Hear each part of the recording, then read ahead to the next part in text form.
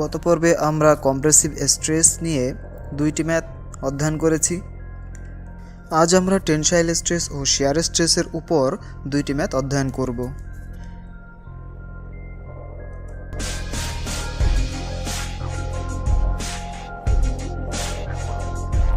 Problem 3। 10,000 ঘন centimetre একটি দণ্ড 100 সেন্টিমিটার লম্বা। দণ্ডটির বিপরীত প্রান্তে 2000 কেজি বল প্রয়োগ করা হলে দণ্ডের উৎপন্ন পীড়ন কত হবে? দণ্ডটির বিপরীত প্রান্তে কথার অর্থ হল দণ্ডটির বিপরীত দুই প্রান্তের প্রতি প্রান্তে 2000 কেজি বল প্রয়োগ করা হয়েছে। অর্থাৎ এক প্রান্তে 2000 কেজি বল প্রয়োগ করলে তার বিপরীত প্রান্তে সমমানের ও বিপরীতমুখী 2000 কেজি বল প্রয়োগ করা হয়েছে।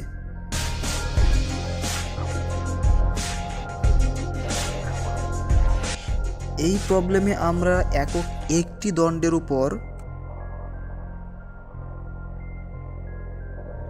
ক্রিয়ারত বল প্রয়োগের ফলাফল নিয়ে আলোচনা করছি। তবে ভিন্ন ঘনত্ব ও স্থিতিস্থাপক গুণাঙ্ক সম্পন্ন এক বা একাধিক দণ্ড একত্রে সংযুক্ত অবস্থায় থেকেও বল প্রয়োগ হতে পারে। তবে এক বা একাধিক দণ্ড সংযুক্ত অবস্থায় থাকলে প্রতিটি দণ্ডের উপর নির্দিষ্ট মানের কতটুকু বল আরোপিত হচ্ছে এবং টোটাল সিস্টেমে বল সাম্যাবস্থায় আছে কি না তা জানতে আমরা ফোর্স ডায়াগ্রামের সহায়তা নেব। আমরা পরবর্তীতে যখন জয়েন্ট সেকশন নিয়ে আলোচনা করব বা প্রবলেম সলিউশন করব তখন ফোর্স ডায়াগ্রামের ইম্পর্টেন্সিটা বেশ ভালোভাবেই উপলব্ধি করতে পারব। ফোর্স ডায়াগ্রাম অঙ্কনের জন্য প্রথমে 0 স্ট্রেট লাইন ড্র করি। আমরা যে কোনো একদিকের বলের মান ধনাত্মক বা ঊর্ধ্বমুখী ধরলে বিপরীত দিকের বলের মান নিম্নমুখী বা ঋণাত্মক ধরতে হবে। ধরি এক্ষেত্রে বাম পাশের মান ধনাত্মক ও ডান পাশের মান ঋণাত্মক।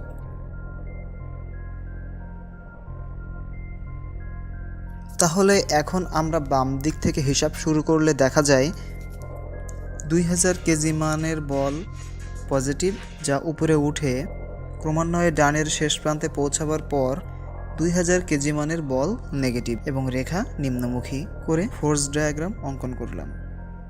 ইনফরমেশন কালেকশনটা খুবই জরুরি এবং প্রথমেই এই কাজটা করলে ভালো হয়, কারণ আমার প্রাপ্ত ইনফরমেশন ও আমার চাহিদার উপর আমি সিদ্ধান্ত নিতে পারবো যে আমার কি করতে হবে।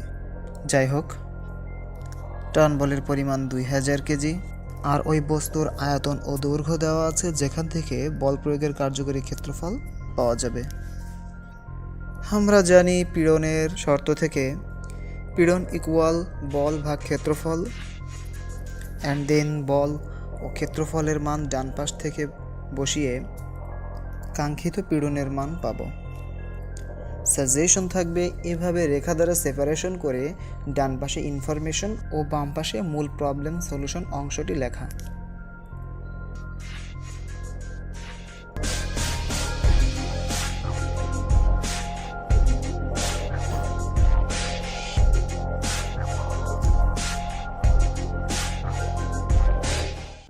দেয়ালে আটকানো একটি দণ্ডের ব্যাস 2 সেন্টিমিটার। দণ্ডটির মুক্ত প্রান্তে পাই 4000 কেজি বল প্রয়োগ করলে কত পীড়ন উৎপন্ন হবে?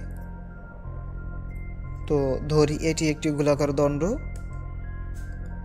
যার এক প্রান্তে পাই 4000 কেজি বল প্রয়োগ করা হচ্ছে, কিন্তু অপর প্রান্ত দেয়ালে আটকানো। যেহেতু দেয়ালে আটকানো বিধায় দণ্ডে যত টান বল প্রয়োগ করা হবে দেয়াল সেই টান বলে বাধা দিবে। এ কথার অর্থ হলো আমরা কিন্তু সেই আগের কথাই থাকলাম, অর্থাৎ যে একটি বস্তুর উভয় দিকেই সমান ও বিপরীত মানের বল প্রয়োগ হয়। যাই হোক, এখন আমরা ফোর্স ডায়াগ্রাম অঙ্কন করব।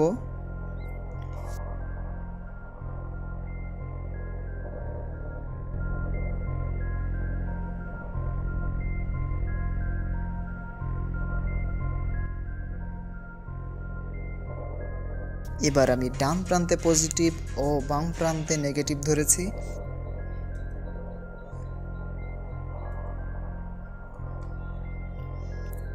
এভাবে করার কারণ আমি এটা দেখাতে চেয়েছি যে তুমি যে পাশেই পজিটিভ ধরো না কেন, বিপরীত পাশে তুমি যদি নেগেটিভ ধরো তাহলে তোমার মান একই আসবে, হিসাবের কোনো সমস্যা হবে না। তবে মনে রাখতে হবে আমার বলের একটা দিক বরাবর যদি আমি পজিটিভ ধরি, ঠিক তার বিপরীত দিকে নেগেটিভ ধরতে হবে। ঠিক সেম আবারও ইনফরমেশন কালেকশন করতে হবে। আর আমাদের কাছে কাঙ্ক্ষিত রিকোয়ারমেন্ট হচ্ছে পীড়নের ডাটা ও ডান পাশের তথ্য দিয়ে আমরা তা সলিউশন করতে পারবো। বন্ধুরা, একটা কথা না বললেই নয়, ডাটা সংগ্রহের ক্ষেত্রে ছোট্ট একটা দক্ষতা রাখতে হয়।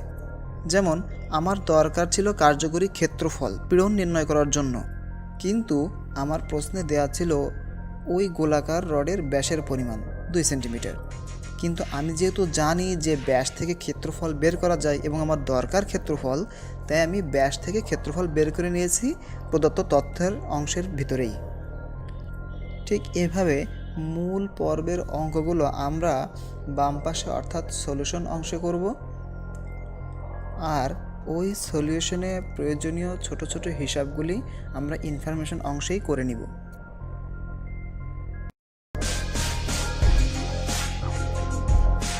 আজকের শেষ প্রবলেমটি শিয়ার স্ট্রেস রিলেটেড। আমরা সবাই একটু মনোযোগী হই। 5 সেন্টিমিটার পুরু একটি পাতের উপর প্রায় 25,000 কেজি বল প্রয়োগ করে 5 সেন্টিমিটার ব্যাস বিশিষ্ট ড্রিল দিয়ে ড্রিল করলে কত পীড়ন উৎপন্ন হবে?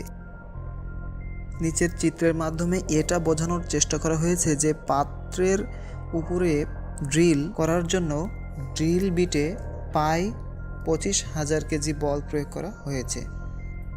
কিন্তু এখানে দুটি ঘটনা ঘটবে। প্রথমেই কম্প্রেসিভ স্ট্রেস উৎপন্ন হবে, কিন্তু বল প্রয়োগের মাত্রা অধিক হলে যে ঘটনা ঘটার সম্ভাবনা থাকে তা হলো যে তলে বল প্রয়োগ হচ্ছে সে তলের পরিধি বরাবর ছিঁড়ে যায় এবং শিয়ার স্ট্রেস উৎপন্ন হচ্ছে, যার প্রভাবে বল প্রয়োগের তলে তার পরিধি বরাবর জায়গা নিয়ে বল প্রয়োগের দিকে ছিঁড়ে যায়, অর্থাৎ পাতের পুরুত্ব বরাবর ছিঁড়ে গিয়ে 2 নং চিত্রের ন্যায় উৎপন্ন হবে। লক্ষ্য করো, এখানে আমাদের কাজের হিসাব নিকাশ হবে শুধুমাত্র এই ছিদ্র জায়গাটুকুর উপর। ড্রিল করে আমরা যত গভীরতায় পৌঁছবো ওই গভীরতাটুকুই আমার কার্যকরী গভীরতা। পাতের পুরুত্ব হতে পারে 5 সেন্টিমিটার, কিন্তু আমি যদি ড্রিল করে 3 সেন্টিমিটার গভীরতায় পৌঁছাই তাহলে আমার কার্যকরী গভীরতা হবে 3 সেন্টিমিটার। আর যদি সম্পূর্ণ ড্রিল করি তাহলে কার্যকরী গভীরতা হবে 5 সেন্টিমিটার। অর্থাৎ যত পুরুত্বের গভীরতা তৈরি হবে তত গভীরতার সাপেক্ষে শিয়ার পীড়ন মান নির্ধারণ হবে। উদাহরণস্বরূপ বলা যেতে পারে 3 নং চিত্রে 2 নং চিত্রের তুলনায় কম গভীর হয়ে ছিদ্র হয়েছে, তাই 2 নং চিত্রের তুলনায় এখানে কম শিয়ার পীড়ন উৎপন্ন হবে। তাহলে এখন আমরা মূল হিসাবে যাই এই প্রবলেমের।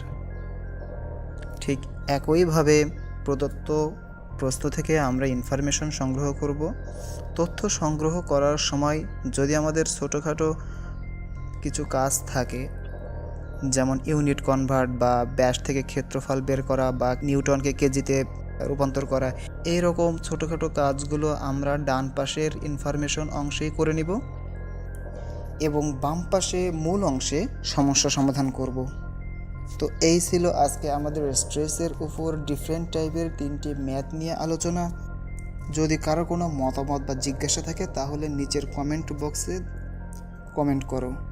সবাই ভালো থাকো। আসসালামু আলাইকুম ওয়া রাহমাতুল্লাহ।